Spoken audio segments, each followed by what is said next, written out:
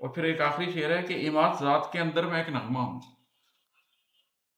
حدود قلب سے باہر بس ایک کاغ ہوں میں، کاغ کوا، ذات کے اندر میں ایک نغمہ ہوں، لیکن اگر حدود قلب سے باہر نکل جاؤں تو پھر سب بول رہے ہیں، پھر ایک کوے کی کینکیں ہیں، اسی کوے کی کینکیں کی طرح آپ میری بھی کینکیں ہیں.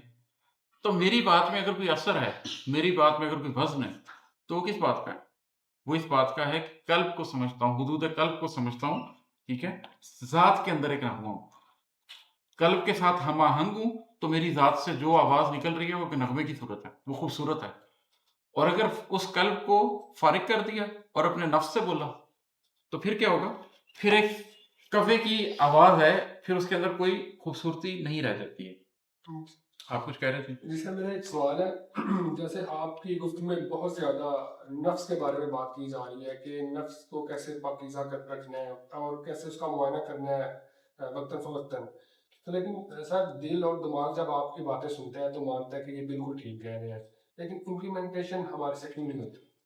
اس لیے کہ ہم چھوٹے اسٹیپ نہیں لیتے. پہلے میں بار بار لوگوں کو یہ کہتا ہوں کہ آپ نے یہ نہیں سوچنا کہ میں نے پتہ نہیں کیا بڑا کام کرنا ہے.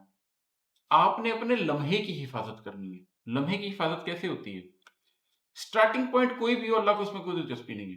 اصل دلچسپی اس میں ہے کہ محنت کتنی کی. مثلاً ایک بندہ ہے، وہ کہتا ہے جی میں شرابی ہوں، میں زانی ہوں، میں نماز نہیں پڑھتا، میں روزہ نہیں رکھتا، میں زکوٰۃ نہیں دیتا، میں حج نہیں کی، یہ نہیں کیا، وہ نہیں کیا. وہ اپنی زندگی کے تمام گناہ گواتا ہے. آپ پہلا گناہ کیا چھوڑ سکتے ہیں؟ شدت سے کھڑے ہو کر اس کو چھوڑنا، کچھ دن گزرنا، اس پہ قائم ہونا، پھر دوسرے کی طرف دھیان دینا. اللہ کی سنت یہ رہی ہے قرآن میں کہ اس نے قرآن کو 23 برس میں اتارا. وہ ایک رات میں بھی تو اتار سکتا تھا. اور آپ ماشاءاللہ جتنے لوگ بیٹھے ہوئے ہیں یہ اتنے گناہ گار نہیں ہیں. اپنے لمحے کی حفاظت کریں. کوئی فیصلہ کریں کہ آج میں نے کل سے بہتر کیا ہونا ہے. نبی کریم صلی اللہ علیہ وسلم کا یہ فرمان ہے نا کہ مومن کا ایک دن دوسرے دن سے بہتر ہوتا ہے.